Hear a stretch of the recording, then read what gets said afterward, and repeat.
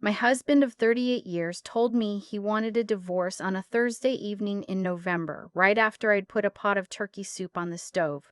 He said he was taking the house, the cottage in Prince Edward County, and everything in our joint accounts. My lawyer called me the next morning and said, "Fight back."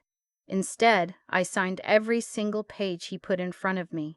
He poured himself a scotch and called his brother to celebrate. What he didn't know was that I had already made 3 phone calls he would never recover from. We met at a curling club in Kingston when I was 26. He was funny then, or I thought he was funny, which is probably not the same thing. We married the following spring and moved into a small house on a quiet street near the university where he taught corporate finance. I taught elementary school for 11 years, until our youngest was born with some complications that needed more attention than a classroom schedule could allow. We agreed I would stay home. It seemed practical. He was on tenure track. I was good at managing things. Neither of us questioned it. What I didn't understand then, and what I wish someone had told me, is that practical decisions made in your early 30s can bind you in ways you never imagine when you're 38 years old watching your husband pour cereal into a bowl and not even looking at you when you say good morning. By the time I was 64, we had been in the same house for 30 years. Our son lived in Calgary. Our daughter lived 20 minutes away with her husband and 2 kids. I had made myself entirely useful and, in doing so, had made myself entirely invisible. I managed the household accounts. I organized the taxes every spring. I maintained the calendar, the social commitments, the Christmas cards, the relationship with his elderly mother until she passed. He showed up to the events I planned and accepted the praise for having such a good life. I noticed changes the year before he asked for the divorce. Small things that I explained away because at 64, you have learned to pick your battles and you are tired. He started going to conferences he'd never mentioned before. He bought new clothes, not dramatically new, just quietly better. He began taking longer at the gym in the mornings and coming home with his hair slightly damp, which he'd never bothered with before. He started using a different email account for personal things. I saw it open once on his laptop and didn't ask because some part of me already knew and wasn't ready. The pot of turkey soup was the thing that broke me, actually. I'd spent all afternoon making it from scratch because it was the first cold snap of November, and that's what I always did, first cold snap turkey soup. 38 years of it. He walked in, set his bag down, and said he needed to talk to me. He didn't even take off his coat. And I stood there with my ladle and I thought, he's going to tell me something terrible, and the soup is going to get cold, and I'm going to have to deal with both things at once. "I'd like a divorce," he said. He said it the way you'd say I'd like a coffee. Just matter of fact, like it had already happened, and we were just catching me up. I put the ladle down on the spoon rest. I didn't say anything for a moment. The soup was making small sounds behind me. "Who is she?" I asked. He had the grace to look at the floor. "A colleague," he said. "Things have been difficult between us for a while." Things had been difficult because he had made them difficult. But I didn't say that either. He told me he'd already spoken to a lawyer. He handed me a folder, the kind with the little elastic band, and inside were pages of proposed terms. He would keep the house, which was registered in his name alone, because that was how we'd done it when we bought it in 1991. Nobody thought to ask those questions then. He would keep the Prince Edward County property. He would keep the investment portfolio he managed through his university pension arrangements. I would receive a monthly amount, which I looked at and understood immediately was not enough to live on in any city in Ontario. He had calculated it carefully. He was a finance professor. Of course he had. "I want this to be clean," he said. "I don't want lawyers making money off us fighting." He was already halfway to the door of the kitchen when I said, "Give me time to think." He shrugged and went upstairs, and I stood there alone in the kitchen with my soup. I didn't call my daughter that night. I sat with the folder until almost 1 in the morning, reading every page. The legal language was dense, but I understood the shape of it.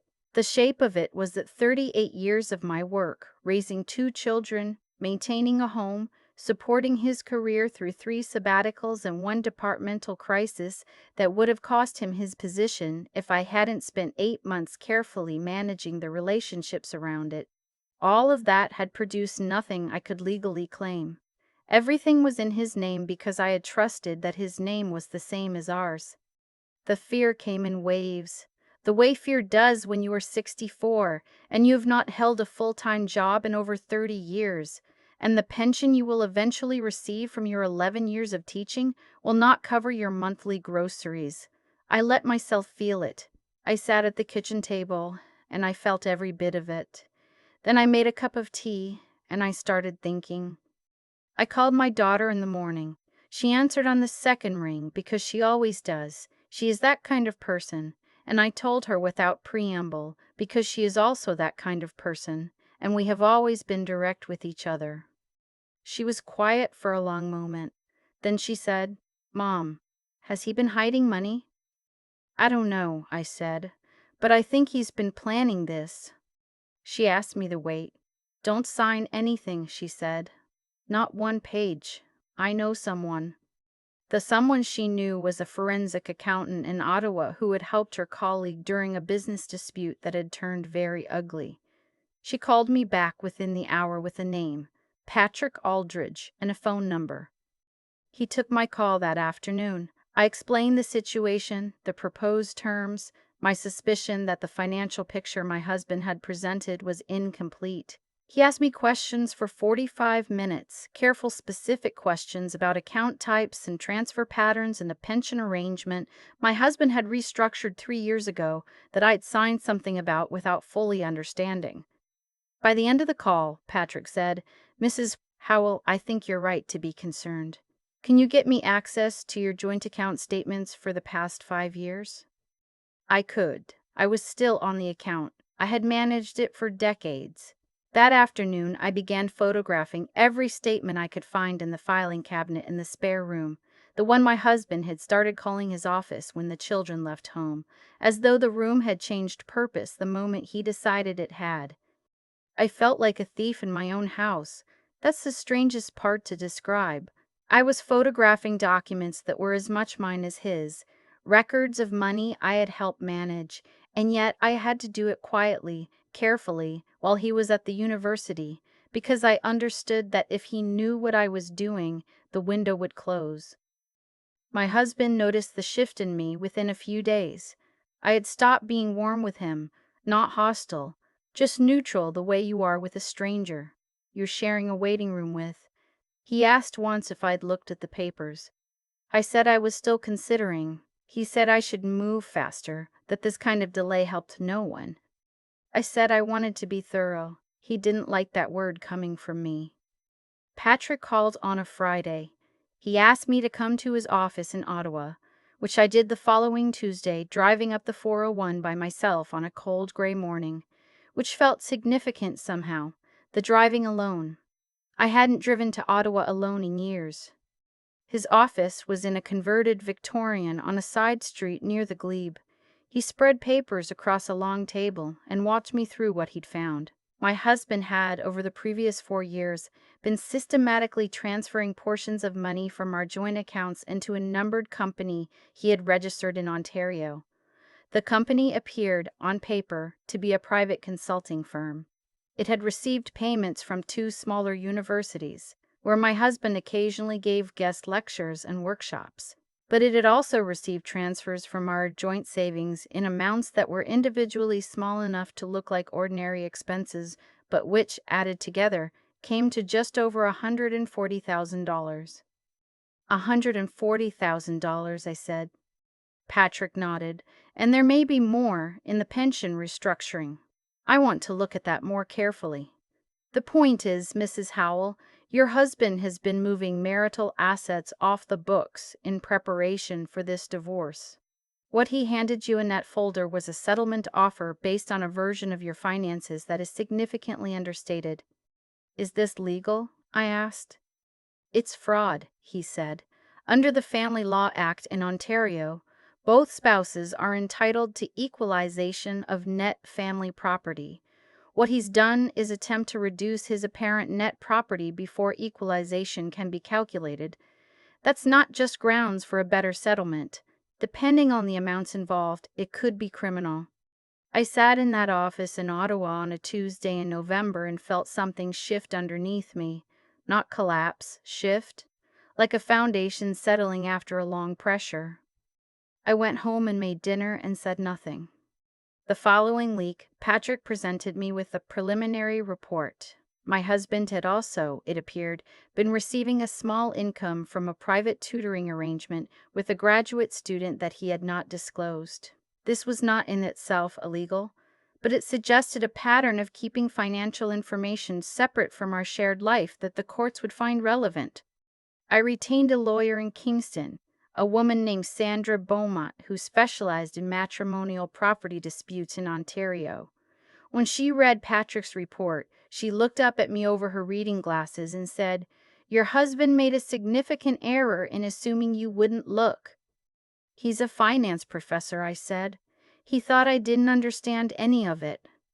"That's the mistake they always make," she said. We filed our own divorce application. When the papers were served to my husband at the university, he called me within 20 minutes. His voice was not the careful, measured voice he used when he thought he had control of a situation. It was the other voice, the one I had heard maybe 4 times in 38 years, tight and slightly high. "What have you done?" he said. "I've retained a lawyer," I said. "I'm protecting my interests." "Margaret," he started, and then caught himself, "because my name is not Margaret." He said my name, my actual name. "You are making a serious mistake. This doesn't have to be a war." I didn't respond to that. I asked if there was anything else, and when he said no, I said goodbye and hung up. He came home that evening, and for a moment I thought about the version of this conversation where I cried, where I asked him why, where we sat across the kitchen table and tried to understand what had happened to 38 years. But I looked at him standing in the hallway and I understood that we were past that. We had been past that for a long time, probably, and he had just been the one to say it out loud. The next morning, I applied for an interim court order to freeze our joint accounts, on Sandra's advice. When it went through, my husband retained his own lawyer, a man who called Sandra within hours and described her client as acting in bad faith and threatened to make things very difficult. Sandra called to tell me this with a calm satisfaction in her voice that I found very reassuring. "He's scared," she said. "When they threaten to make things difficult right away, it means they know the position is weak." I moved into the guest room. I began sleeping through the night again, which surprised me, because I had expected the opposite. Instead, there was something clarifying about the decision having been made. The ambiguity was gone. All that was left was the work. My husband's lawyer sent a letter proposing a revised settlement. It was better than the original, more money monthly, access to one of the investment accounts. But it came with a condition. I would have to agree not to pursue any claims related to the numbered company or the undisclosed income. Sandra read it to me over the phone. "They want you to make the fraud go away," she said. "I know," I said. "The offer expires in 10 days. I thought about it. I won't pretend I didn't think about it. The revised offer would have been enough to live on. Not comfortably, but enough. I was 64 years old, and the idea of a court battle was exhausting in a way I could feel in my body. Then I thought about the filing cabinet. About 38 years of tax returns I had organized, doctor's appointments I had tracked, school forms I had filled out, his mother's palliative care that I had coordinated for 8 months while he continued teaching, because the department needed him and I was just home anyway. About the pot of turkey soup getting cold while he handed me a folder. I told Sandra to decline. She sounded pleased. My son flew in from Calgary on a Saturday without telling me in advance. I heard the knock at the door, and when I opened it, he was standing there with a bag over his shoulder and a look on his face that was so like his father's, in the physical arrangement of the features, and so completely unlike his father in the expression that I had to take a moment. He pulled me into a hug in the doorway. "Mom," he said, "I heard what he did. I'm here." My daughter arrived an hour later with lasagna and her husband, who sat with my son in the living room while my daughter and I sat at the kitchen table, and she walked me through everything she and her colleague had put together looking at the pension restructuring documents. Her colleague, a financial analyst, had identified 2 additional transfers that Patrick had not yet flagged. Smaller amounts, but the pattern was consistent. "He was doing this for years," my daughter said. "I know," I said. She reached across the table and put her hand over mine. "Mom, you're not doing this alone. We're both here." That night, after they had all gone, I sat in the quiet house and felt, for the first time in months, something that was not fear, not relief exactly, something closer to readiness. The preliminary hearing was in February. The courtroom at the Kingston courthouse was nothing like television. It was a small beige room with fluorescent lighting and chairs that were not designed for sitting in for 3 hours. My husband sat at the other table with his lawyer. He had aged in the 3 months since November. His posture was different. He had always held himself like a man who was certain of the room's regard. Sandra presented Patrick's findings calmly and in sequence: the numbered company, the transfers, the undisclosed income, the pension restructuring. My husband's lawyer objected several times.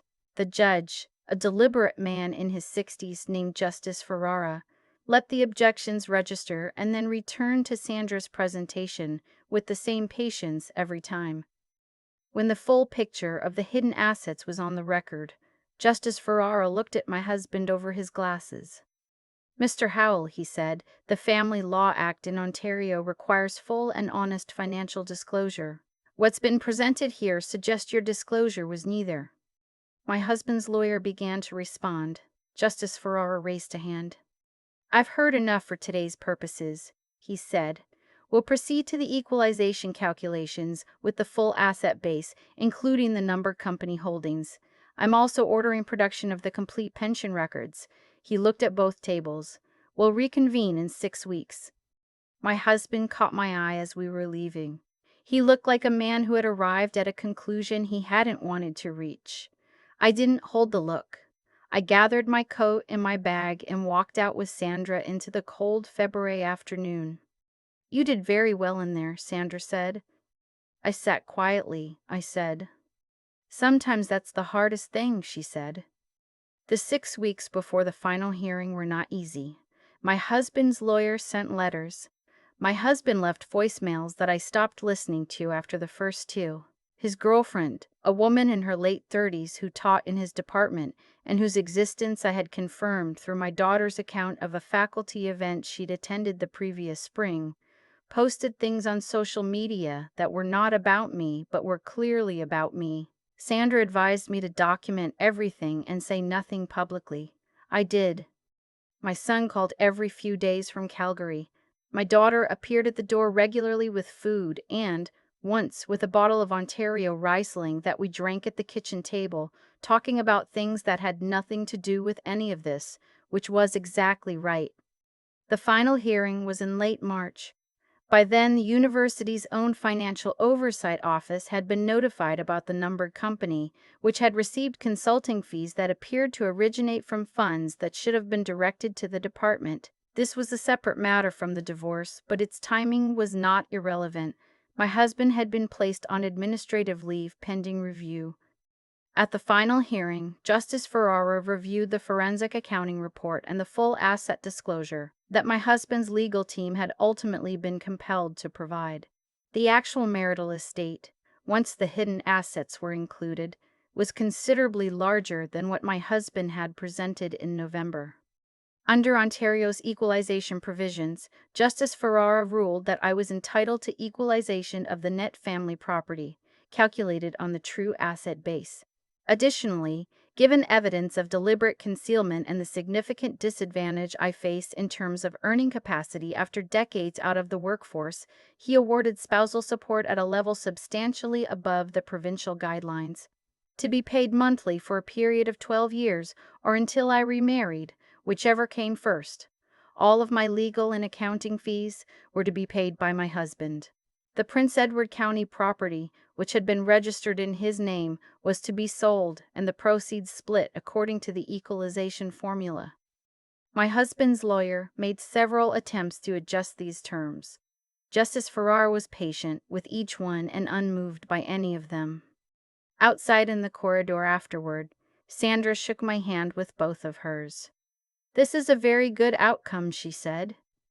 "I know," I said. "Thank you." I meant it in a way that was larger than what had just happened in the courtroom. The university concluded its review 6 months later. My husband was found to have directed consulting income through the numbered company in a manner inconsistent with his employment terms. He resigned before he could be dismissed. The matter was referred to the appropriate authorities. I don't know all the details of what followed. Some of it was not mine to know. What I understand is that he is no longer practicing in his field, and that the financial consequences of those decisions are ongoing. His girlfriend, the colleague, left him shortly after the university matter became public. I know this because my daughter told me, not with any particular satisfaction, just as a fact. She's heard he's been living in a rental in Napanee. I sold our house in Kingston. I know that might seem strange, given how hard I'd worked to stay in it. But the truth is that once it was over, I didn't want it anymore. Too many years of being invisible in those rooms. I bought a small place in the Westboro neighborhood in Ottawa, a narrow 2-story house with a back garden that I've been slowly making my own since last spring. My daughter helped me move. We painted the kitchen together on a Saturday in September, a color called Harbor Mist, which is exactly right. I started volunteering with a legal aid organization that provides information to women navigating family law. I'm not a lawyer. I sit in a room and I explain, plainly, what the equalization provisions mean, what you are entitled to ask for, why you should not sign anything before you have spoken to someone who can help you understand it. I think of myself at that kitchen table in November with my ladle and the folder with the elastic band. I think of how certain I was that I had nothing and no claim to anything. I want other women to understand, earlier than I did, that this is not true. My son visited in October. He sat in my back garden on a Sunday afternoon drinking coffee while I weeded the beds I planted along the fence, dahlias mostly, and some late-season asters. He was quiet for a while, which he is. He has always been the quiet one. Then he said, "Mom, you seem different." "I feel different," I said. He thought about that. Good different? I looked at the garden I was making. I thought about the drive up the 401 to Ottawa in November, alone, which had felt significant. I thought about the kitchen in Westboro that I had painted exactly the color I wanted, without asking anyone. "Yes," I said, "good different." I don't know what my husband's life looks like now. I've stopped trying to imagine it. Some mornings I make tea and sit in the window that looks out onto the back garden, and I think about 38 years, and I feel the weight of the loss of it, because you can't spend that long building something with another person and feel nothing when it's gone, even when the something you built turned out to be different from what you believed it was. But then I put the cup down and go out into the garden, and there is always something that needs doing, something growing or something that needs cutting back, and the morning goes on. That's enough. It turns out that's exactly enough. I think about that November evening a lot, the soup still on the stove, the folder with the elastic band, the way he didn't take off his coat.